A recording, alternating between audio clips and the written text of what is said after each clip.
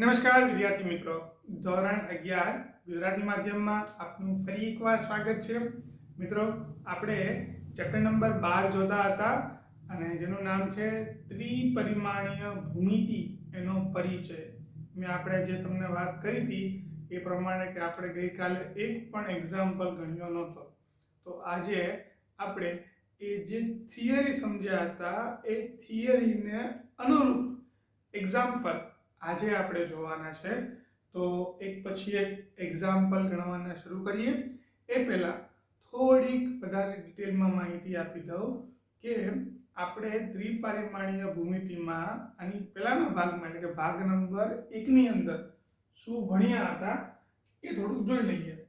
તો આપણે જોયું હતું કે ત્રિયામ સમતલ એટલે કે આ x y અને z ત્રિપરિમાણમાં તમને 8 સમતલ મળે, 8 તમને એના અષ્ટાંશ મળે. આપણે એ ચર્ચા કરી હતી. અને કેવી રીતના મળે તો કે 6 સમતલો ભેગા થાય એટલે આપણને એક અષ્ટાંશ મળે.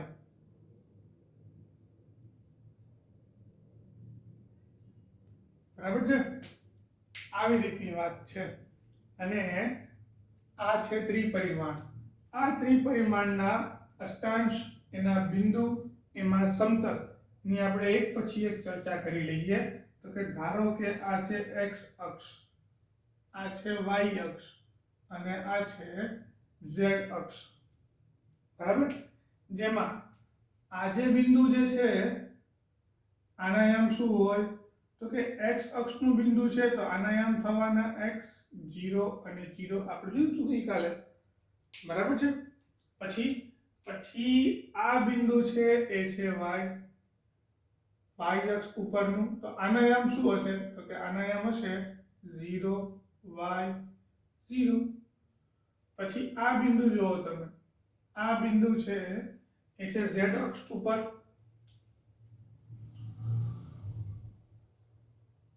તો એના યામ શું થવાના તો આના યામ થશે 0 0 z. બરાબર છે? અક્ષ ઉપરના બિંદુથી આપણે નામ આપી દઈએ બિંદુઓને અલગ અલગ. તો આપણે અલગ અલગ નામ આપીએ તો અહીંયા થવાનું, ધારો કે આ છે આપણું ઉગમ બિંદુ O. પછી અહીંયા નીચે આપણે લખીએ કે અહીંયા લખીએ આપણે A, આને બિંદુ P કહીએ, નહીં P કીધું ને, આને Q કહીએ.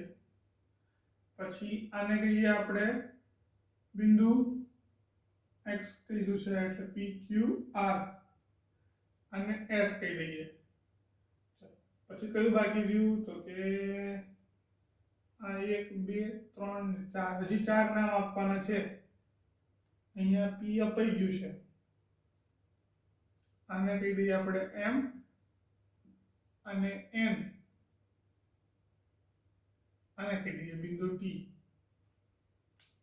બરાબર છે? 8 બિંદુઓ થવા જોઈએ. તો કે આ પહેલું, બીજું, ત્રીજું, ચોથું, અહીંયા 5 6 7 અને આ O એટલે 8. ચાલો, આપણે હજી 3 બિંદુ લીધા, x y અને z અક્ષ ઉપરના બિંદુઓ, એટલે કે બિંદુ R, બિંદુ T અને બિંદુ M. બરાબર છે? તો આ છે x અક્ષ, અહીંયા y અક્ષ અને આ z અક્ષ. હવે હું વાત કરું xy સમતલની. xy સમતલની એટલે કે મારે વાત કરવી છે આ ભાગનો, અહીંયા તળિયું, આ જે બોક્સ દોર્યું છે એનું તળિયું. તો એ તળિયામાં આ બિંદુ આવશે S, અને આ S ના નામ શું હશે તો કે એમાં x હશે, y હશે, ઊંચાઈ નહીં હોય. તો આ થયું xy સમતલનું બિંદુ. S શું છે? xy સમતલનું. આપણે ભણી ચૂક્યા છીએ કે જો xy સમતલનું બિંદુ હોય તો એનો x યામ અને y યામ હોય અને બાકીનો z યામ શું થઈ જાય એનો 0. બરાબર છે? ચાલો, ત્યાર પછી આપણે વાત કરીએ હવે આ પાછળનો ભાગ.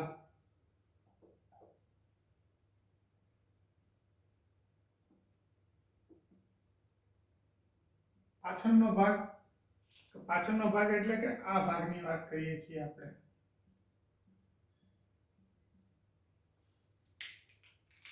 આ તો ખરું જ, આ તો છે જ, પણ આ કેવી રીતનું છે તો કે આગળથી છે, આપણે એની પાછળનો ભાગ જોવો છે. તો પાછળનો ભાગ જોવો છે આપણે, એટલે કે પાછળના ભાગમાં આ બિંદુ કયું થવાનું તો કે આ બિંદુ થશે n, અને આ n બિંદુ એ y અને z સમતલમાં છે. તો એનો x યામ શું થવાનો 0. ચોખ્ખી વસ્તુ છે, આ બાજુ 12 બિંદુ નીકળતું જ નથી, ઓલી બાજુ જ છે, તો આ બિંદુનો x યામ 0 થશે, એટલે આ 0 y z, અને આ બિંદુ કયા સમતલમાં કહેવાશે તો કે y અને z સમતલમાં કહેવાશે. એ જ પ્રમાણે બિંદુ q જો, તો કે બિંદુ q શું થવાનું તો કે બિંદુ q એ થવાનું x અને z સમતલમાં, એટલે કે આનો x યામ હશે, y યામ નહીં હોય, અને આ થવાનો z યામ.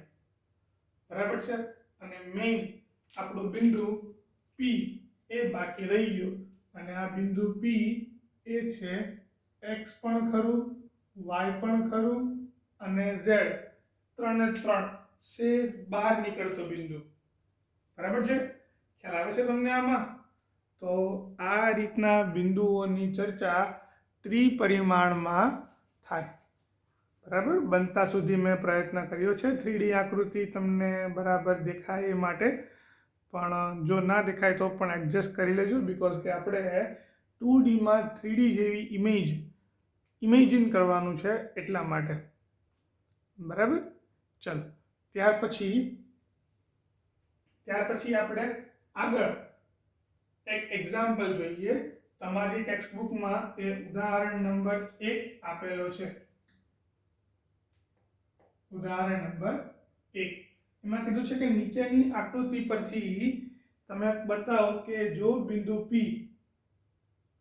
2 4 5 બિંદુ P 2 4 5 હોય તો f ના યામ શું હોય?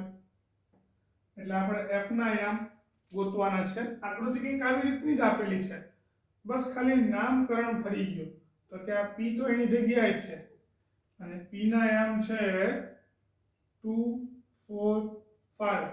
હું થોડુંક નામ જોઈ દઉં. ઉગમ બિંદુ બરાબર છે a b d, એટલે અહીંયા આપેલું છે બિંદુ a,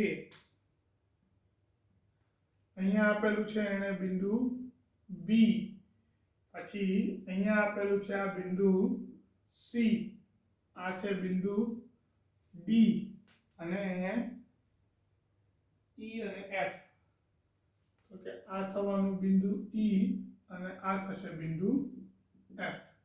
ચલો, આપણને કીધું છે માત્ર ને માત્ર f ના યામ શોધવાનું, પણ આપણે શું કરીએ છીએ બધા યામ ગોતી લઈએ છીએ કે a b c d e f. બરાબર, બધાના યામ. આપણે રેફરન્સ કોનો સમજવાનો તો કે p નો આધાર લઈને આપણે બધા બિંદુઓ ગોતીશું. હવે જો તો કે આ બિંદુ P જે છે એ x અક્ષથી 2 એકમ દૂર, y અક્ષથી 4 એકમ દૂર, અને z અક્ષથી 5 એકમ દૂર આવેલું છે. એટલે કે આ માપ હશે 2, અહીંયા હશે 4, આ હશે 5. તો આ બિંદુ A, B અને C એ શું થવાનું તો કે બિંદુ A ના યામ x અક્ષ કેટલો દૂર છે તો કે 2 એકમ, તો કે અહીંયા 2 0 0. બરાબર છે, એટલે આના યામ કેટલા થવાના તો કે 2 0 0. પછી B બિંદુ એટલે y અક્ષ ઉપર, તો કે y કેટલા એકમ દૂર છે તો કે 4 એકમ, એટલે આ થશે 0 4 0. એના પછી C બિંદુ, તો કે C બિંદુ એટલે કે z અક્ષ ઉપર કેટલા એકમ દૂર છે તો કે 5 એકમ, એટલે કે 0 0 5 0 0 5. એના પછી બિંદુ D, બિંદુ D એટલે કે x અને y z યામ એનો 0 થઈ જાય. તો કે x યામ કેટલો હતો 2, y યામ કેટલો હતો અહીંયા 4, અને z યામ શું થઈ જશે 0 2 4 0. એના પછી બિંદુ ABCD. હવે બિંદુ E લઈ લઈએ. જો જો તો બિંદુ E એટલે કે E એટલે આ થવાનું તમારું YZ સમતલ. YZ સમતલ એટલે કે એનો x યામ તો 0 જ, y યામ 4 અને z યામ 5, એટલે આ થશે 0 4 5 અને f યામ, f એટલે કે એનો x અને z, x2 અને z5, આ થવાનું 2 0 5. આ બિંદુ થયા જેમાંથી આપણને આ f ગોતવાનું કીધો હતો, આપણે બધા ગોતી લીધા. બહુ ઈઝી છે, બરાબર છે. તો આપણે આ ટોપિક ઉપર ગઈકાલે ચર્ચા કરી હતી, જેના બેઝિકમાં જ આજના બધા જ એક્ઝામ્પલ છે, જે આપણે અહીંયા લિસ્ટ આઉટ કરેલું છે. 1 2 3 4 5. ઉદાહરણ 1 મારે એમાં ત્યાં લખવાનો રહી ગયો હતો, તો આપણે ઉદાહરણ 1 અલગથી જ ગણી લીધો. ચલો, તો ત્યાર પછી આપણે જોઈએ પહેલા એક્ઝામ્પલ નંબર 2. એક્ઝામ્પલ નંબર 2 શું કહે છે? તો કે એક બિંદુ x અક્ષ પર આવેલું છે, x અક્ષ ઉપર આવેલું છે, તેનો y યામ અને z યામ શું થશે? જો y યામ અને z યામ ગમે હોય 0 થવાનો. કેમ? કારણ કે આ બિંદુ ખુદ x અક્ષ ઉપર આવેલું છે એટલા માટે, બરાબર. ત્યાર પછીનો એક્ઝામ્પલ નંબર 3. નંબર 3 જુઓ તો કે એક બિંદુ xz સમતલમાં છે, તો તે બિંદુના y યામ અંગે શું કહી શકાય? એટલે કે આ બિંદુ કયા સમતલમાં છે? તો કે અહીંયા x અને આ z, તો આ સમતલ થયું xz સમતલ, એટલે કે આ બિંદુ f જેવું થાય. તો આનો y યામ શું હશે? તો કે આનો y યામ 0 હશે. આ તમારો જવાબ, બરાબર. તો હવે એક્ઝામ્પલ નંબર 1 અને એક્ઝામ્પલ નંબર 4. એક્ઝામ્પલ નંબર 1 અને એક્ઝામ્પલ નંબર 4 ચલો ગણીએ. એક જ એક્ઝામ્પલ છે, આપણે એક જ એક્ઝામ્પલ સમજીને આપણે બંને એક્ઝામ્પલ ગણીએ.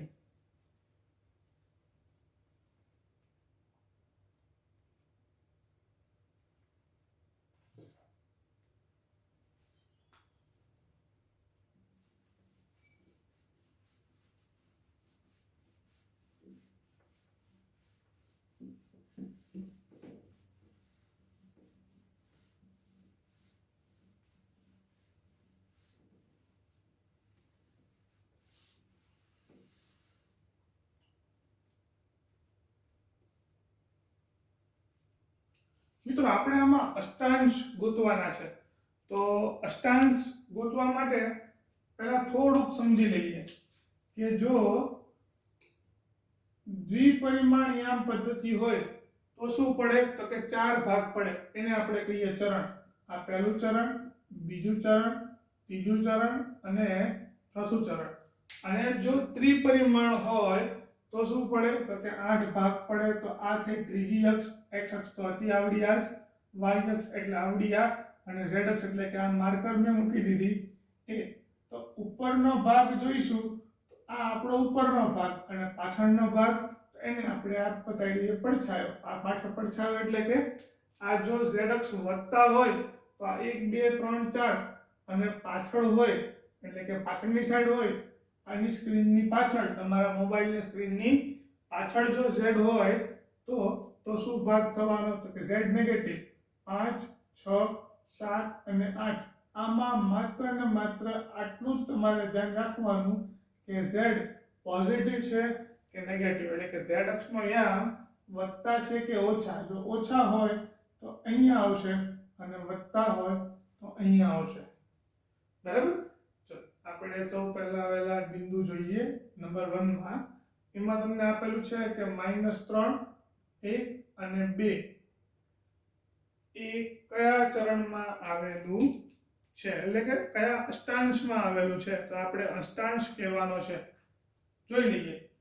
જુઓ તો કે પહેલી વસ્તુ z જુઓ, z ક્યાં આવેલું છે? તો કે z આવેલું છે વત્તા, એટલે કે આની અંદર.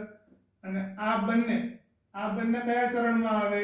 તો કે આ બંને આવશે x negative y positive. x negative અહીંયા હોય, y પોઝિટિવ અહીંયા હોય, એટલે કે બીજા ચરણમાં. અને આ વત્તા છે એટલે કે આની જ વાત કરવાની છે. તો આ ક્યાં આવશે? બીજા ચરણમાં થશે. એટલે કે આ બિંદુ એ બીજા અષ્ટાંશમાં આવેલું છે તેમ કહેવાય. ક્યાં આવેલું છે?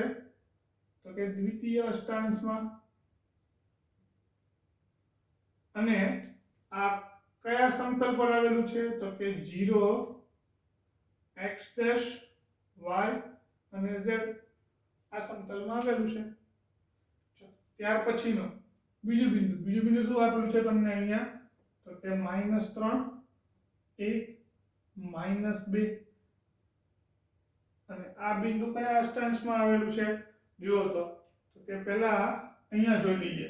તો કે આ z કયો છે? પોઝિટિવ કે નેગેટિવ? નેગેટિવ છે એટલે આ તો નહીં આવે. નેગેટિવ માટે આ.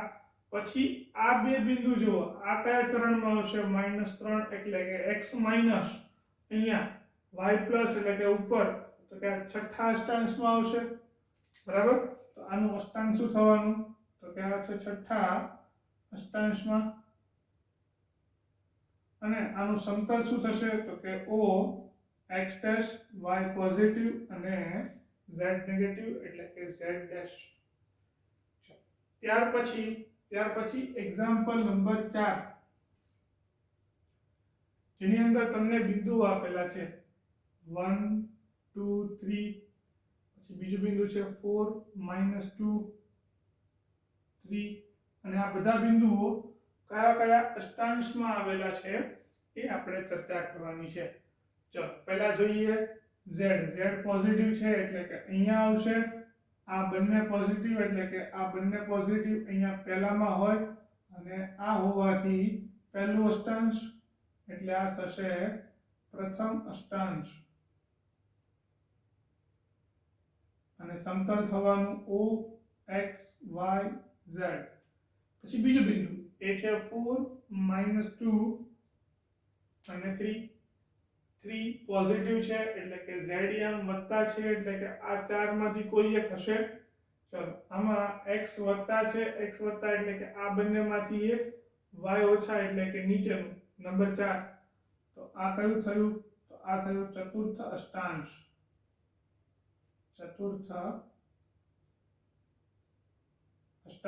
અને આ કયા સમતલમાં આવેલું છે? તો સમતલ થવાનું o x y ડેશ અને z. ચલો ત્યાર પછીનું બિંદુ છે 4 -2 -5. આ કયા અષ્ટાંશમાં આવેલું છે? તો કે y અહીં પેલા તો z જો, z ક્યાં છે? નેગેટિવ એટલે કે અહીંયા. પછી આ બંને જો, આ બંનેમાં x કેવું છે? પોઝિટિવ એટલે કે આ બંનેમાંથી એકમાં. y કેવું છે? નેગેટિવ. y નેગેટિવ ક્યાં હોય? તો કે અહીંયા. તો કેટલામું અષ્ટાંશ થયું? તો કે આ થયું 8મું અષ્ટાંશ.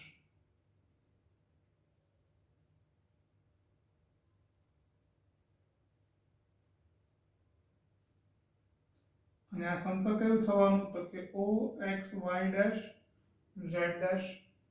ચલો ત્યાર પછીનું બિંદુ એ છે 4 2 -5. z કેવો છે? નેગેટિવ. z નેગેટિવ એટલે કે અહીંયા વાત કરવાની. પછી અહીંયા તો કે x અને y બંને પોઝિટિવ, તો એ પાંચમા ચરણમાં થવાનું. એટલે કે આ કેટલામાં આવેલું છે? તો કે પાંચમા અષ્ટાંશમાં આવેલું છે. પાંચમા અષ્ટાંશ. અને આનું સમતલ શું થવાનું? તો કે o x y z dash. z negative છે એટલે શું કીધું આપણે? z dash. ચલો એ જ રીતે બાકીના બીજા ચાર પણ આપણે ફટાફટ કરી લઈએ. જો બિંદુ છે -4 2 -5. બીજું બિંદુ છે -4 2 5 -3 -1 6 2 -4 -7. જો તો અહીંયા શું છે? તો કે આ છે z નેગેટિવ અને x પણ નેગેટિવ. z નેગેટિવ એટલે કે અહીંયા 5 6 7 8 માં. પછી x નેગેટિવ એટલે કે 6 7 માંથી એકમાં.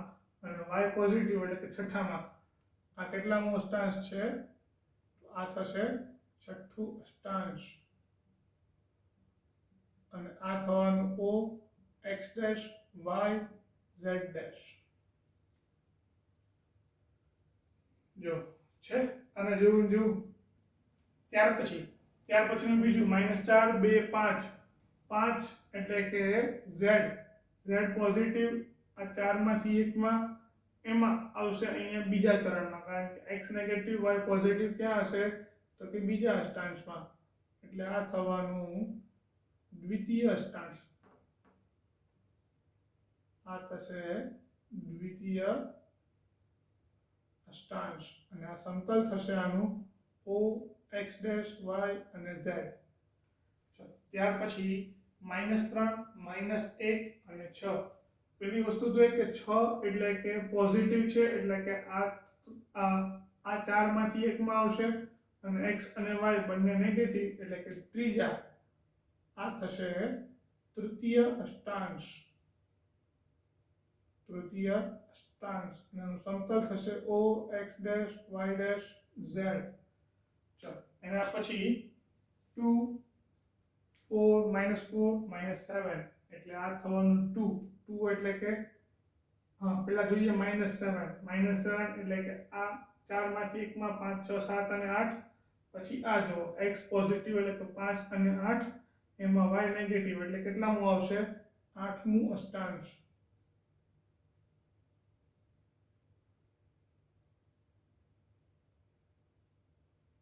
અને આનું સમતલ થશે o x y dash z dash.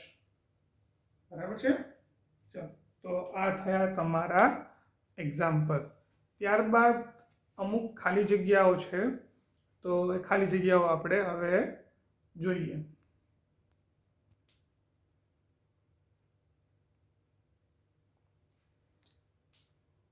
ચલો વિદ્યાર્થી મિત્રો, તો ત્યાર પછી આપણે ખાલી જગ્યા જોઈએ. નંબર 1 કે x અક્ષ અને y અક્ષ બંને સાથે મળીને જે સમતલનું નિર્માણ કરે છે તે ખાલી જગ્યાથી ઓળખાય છે. તે ઓળખાશે xy સમતલથી. xy સમતલ આપણે જે ત્રિપરિમાણ રચતા હતા, એ જે નીચેનું સમતલ હતું, તમે ડિપેન્ડ કરે તો તમે x કોને કહો છો. આ છે આપણું x અને y. તો આ જે સમતલ થશે નીચેનું તળિયું, એ શું થવાનું? xy સમતલ. આ ભાગ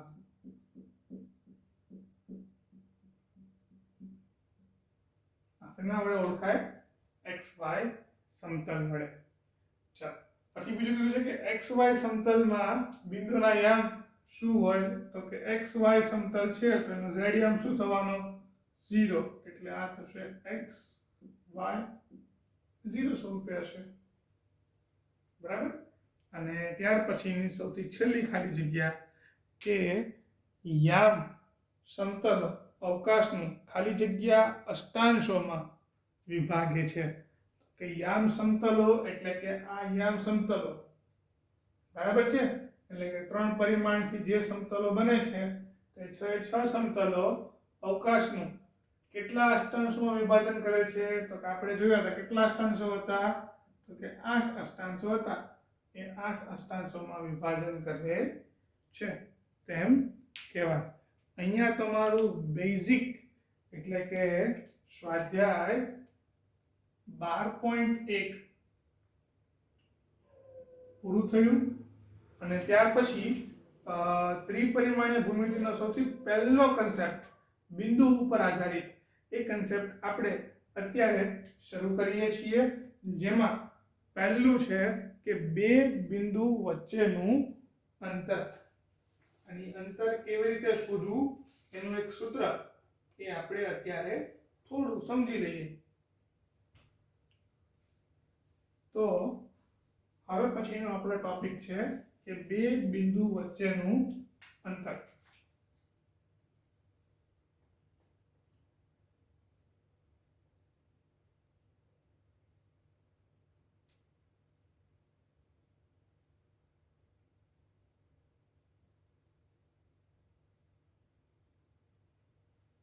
ચાલો બે બિંદુ વચ્ચેનું અંતર આપણે ગોતવું છે. તો ધારો કે અવકાશ ઉપરનું એક બિંદુ છે P અને બીજું બિંદુ છે Q. તો કે P ના યામ થશે x1 y1 અને z1. પછી બિંદુ Q એના યામ થશે x2 y2 અને z2. બરાબર. અને આ બે બિંદુ વચ્ચેનું અંતર એ મારે ગોતવું છે. તો એ બંને બિંદુ વચ્ચેનું અંતર એ PQ વડે દર્શાવાય અથવા તો D વડે પણ ઘણીવાર દર્શાવાય. ધારો કે બિંદુ AB હોત તો આપણે અહીંયા AB કહેત. બરાબર છે. જે બિંદુ આપેલા હોય એવી રીતે ઉપરથી આપણે એના વચ્ચેનું અંતર બતાવીએ. અને અંતર કેવી રીતે ગોતવાનું? તો આ અંતર સૂત્ર જ છે આપણે જે ધોરણ 10 માં ભણી ચૂક્યા છીએ યામ ભૂમિતિમાં, એનું એ જ છે. પણ ફરક એટલો કે આ થઈ ગયું હવે ત્રિપરિમાણીય ભૂમિતિ. બરાબર છે. એટલે અહીંયા એનું એક સૂત્ર આવશે તો કે વર્ગમૂળમાં જો આ બે બિંદુ હોત બે યામ સમતલના, તો કે x1 y1 x2 y2 હોત તો સૂત્ર શું હતું? તો કે x ની બાદબાકી એટલે કે x1 x2 એનો વર્ગ વત્તા y1 y2 એનો વર્ગ. પણ અહીંયા છે ત્રિપરિમાણ એટલે આટલું એડ થઈ જશે. શું એડ થશે? તો કે z1 z2 એનો વર્ગ. અને આ થયું તમારું અગત્યનું એક સૂત્ર કે જે છે બે બિંદુ વચ્ચેનું અંતર શોધવાનું સૂત્ર. આંતર સૂત્ર પણ જેને આપણે કહીએ છીએ, ઓળખીએ છીએ. આ છે તમારું આંતર સૂત્ર.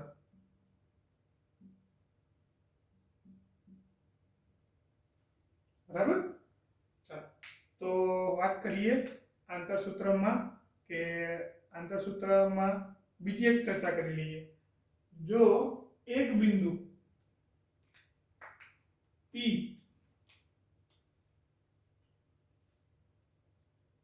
x y અને z હોય અને ઉગમ બિંદુ O 0 0 0 હોય તો આ બંને વચ્ચેનું અંતર એ કેટલું થવાનું? તો કે એ થવાનું OP અથવા તો PO વર્ગમૂળમાં x ની બાદબાકી એટલે કે x - 0 એનો વર્ગ y ની બાદબાકી એટલે કે y - 0 એનો વર્ગ વત્તા z ની બાદબાકી z - 0 એનો વર્ગ. થોડું સાદું રૂપ આપો કારણ કે મને ખબર છે ઉગમ બિંદુ 0 0 0 એની કોઈ કિંમત ના હોય, 0 જ હશે. આ x y z ની કિંમત આપણને ખબર નથી એટલે આપણે x y z રાખ્યું છે. તો આ થશે x2 + y2 + z2.